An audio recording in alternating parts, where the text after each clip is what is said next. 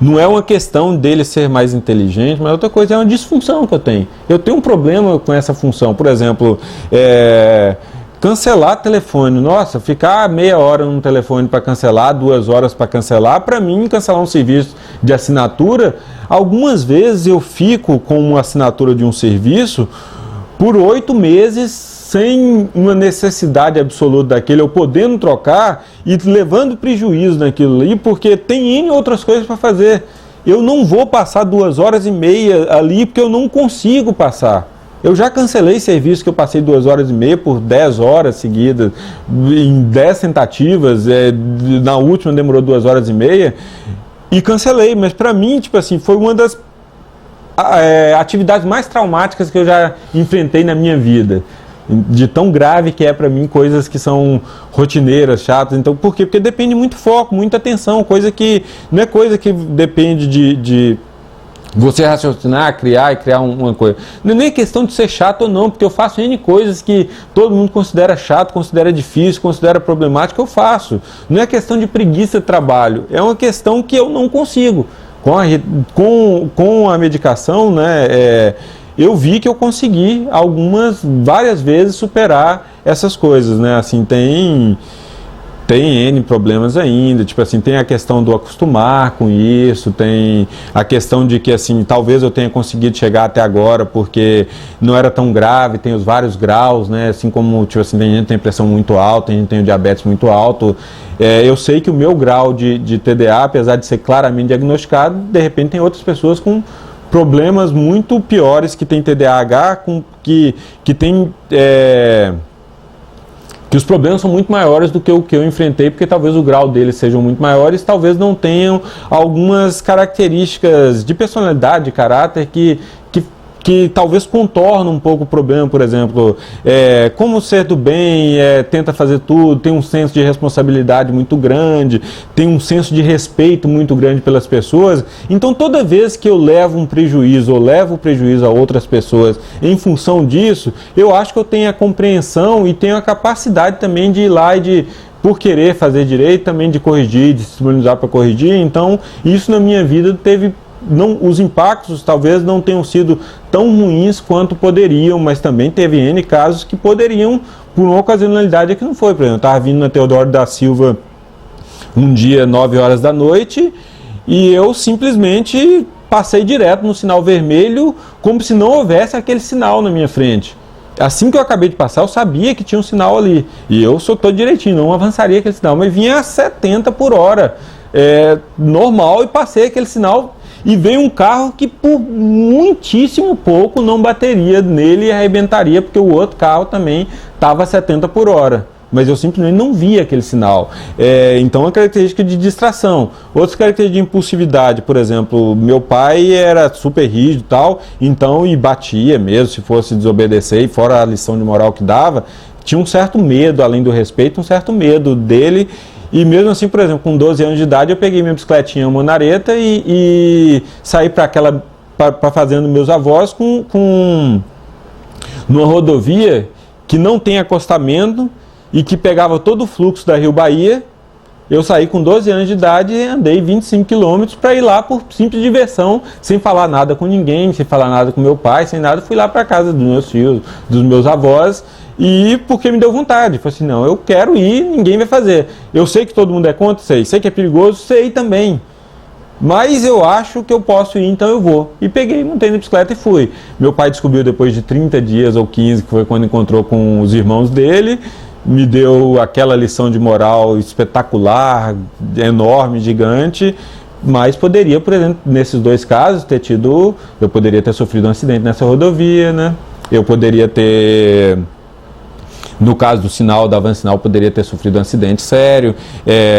Algumas pessoas da família do meu pai têm problema com alcoolismo, eu, graças a Deus, não tenho, porque até nem gosto da bebida, não sei, tipo assim, se isso poderia impactar, mas eu não gosto de bebida e também gosto muito das coisas muito certinhas, talvez por isso eu nunca tenha feito, mas, assim, é claro que em outras pessoas o impacto seria totalmente diferente. Graças a Deus, no meu caso, não foi. E também, graças a Deus, agora, como empresário, eu consigo ter o apoio. Ainda tem N coisas, tipo assim, talvez eu ainda não seja, e talvez algumas pessoas, por exemplo, falem que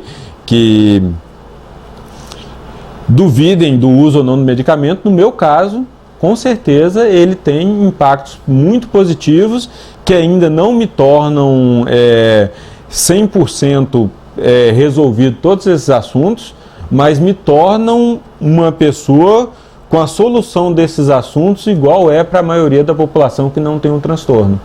Então talvez essas outras pessoas que também não sintam o efeito tão bem, talvez seja porque eles já são normais e só se consideram como tendo TDAH.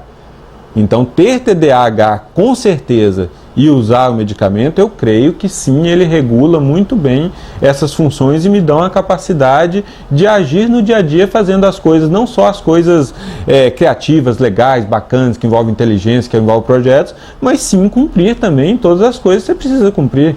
Você não vai ter sempre pessoas para cancelar um serviço para você, para poder ir ali, para poder lembrar de fazer as mínimas coisas que você precisa. Você precisa ter uma sequência. Não vai depender da agenda para tudo. Por exemplo, eu tenho, se somar a quantidade de pequenas coisas que eu tenho para fazer ao longo do dia, dá com certeza mais de 50 coisinhas. Então as 50 coisas não está anotado, não vou estar com a secretária o tempo inteiro. E ninguém vai estar. E são nessas coisas em que eu me perco. Então, sem a Ritalina, eu me perdia muitíssimo mais. Hoje eu me perco na naturalidade das pessoas, do mesmo jeito que qualquer outra pessoa perde. Tipo assim, não, mas eu também esqueço, por exemplo, eu saio do quarto para pegar uma coisa para comer, esqueço que eu fui pegar, todo mundo relata isso. Mas não, o meu caso eu vejo claramente, principalmente depois que eu tomei o remédio e vi como que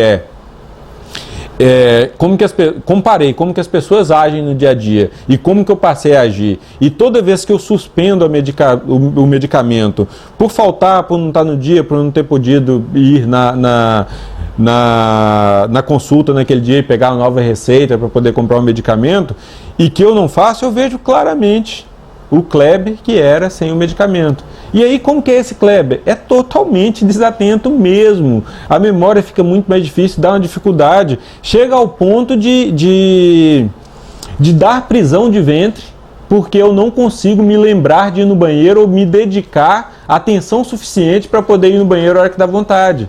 E aí ficar com prisão de ventre, de dar dor na bexiga porque eu estou dedicado ao trabalho. Então não é uma questão de que você não quer ir. Tipo assim, você quer, mas sua cabeça não consegue se desvincular ou se vincular a uma atividade, ou seja, ela parar uma coisa e começar outra, ou se desvincular e vincular com a mesma facilidade de uma pessoa normal. Então, chega a pontos, assim, e tem N casos engraçados. Já teve um caso na casa, eu morava com a minha tia, de eu chegar no filtro, eu chegar com um prato, e aí eu estava com sede durante a manhã inteira, estava estudando para vestibular na época, e não tinha condições de parar, tipo assim, não ia no banheiro, não comia, não bebia água, aí estava morrendo de sede, aí tinha acabado de parar para estudar, aí peguei o prato na mão e cheguei no fogão, aí só que tinha uma pessoa, uma visita, aí estava na minha frente para servir no fogão. Aí não é que eu peguei o prato e coloquei água no filtro porque eu estava com sede desde então, mas totalmente desatento, totalmente avoado. Então são essas coisas assim que se tornam engraçadas, assim, mas que em N casos são, na verdade, muito, muito problemáticas, porque mexem com coisas que são...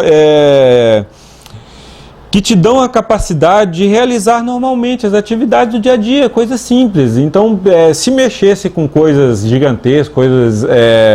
você seria, tipo assim, você só deixaria de ser esse gigante, de ser a coisa... Mas mexe com coisas do dia a dia, que quase todo mundo não vai te entender perfeitamente. Muitas vezes seu pai não vai te entender, seu irmão não vai te entender, sua mãe não vai te entender, sua esposa não vai te entender, até porque a gente mesmo que tem, é difícil de entender como pode, tipo assim, talvez até por isso você não se reserve tanta atenção àquilo, porque você acha impossível você não lembrar que você está saindo para comprar 1 quilo de arroz, você vai voltar com aquele quilo de arroz para casa. Você acha quase impossível, que é duas coisas. Por exemplo, eu sou empresário, estou começando a ter até um certo sucesso, agora como empresário, depois de 5 anos com muita dificuldade, estou começando a ter alguns resultados muito positivos disso, mas assim, você não acha que isso acontece, você não consegue nem se planejar, sabendo que você é assim, você não consegue se planejar para aquilo acontecer, porque você acha tão trivial, é tão trivial que eu vou cancelar o plano daquela empresa telefônica semana que vem, que você não vai dar tanta atenção àquilo lá. Você vai achar, tipo assim, eu vou fazer. Aí quando você pensa que não, passaram 6 meses sem fazer. Outra coisa é, tipo, você sai para comprar, são só 3 coisas. Você não vai lembrar que são 3 coisas? Claro que você vai, então você sai despreocupado. Só que aí você acaba trazendo 2 coisas. Aí num trânsito do Rio de Janeiro, que você enfrenta meia hora para sair e voltar para casa, aí você lembra que o principal que você precisava não trouxe, realmente não é nada bonitinho e agradável. O que me levou a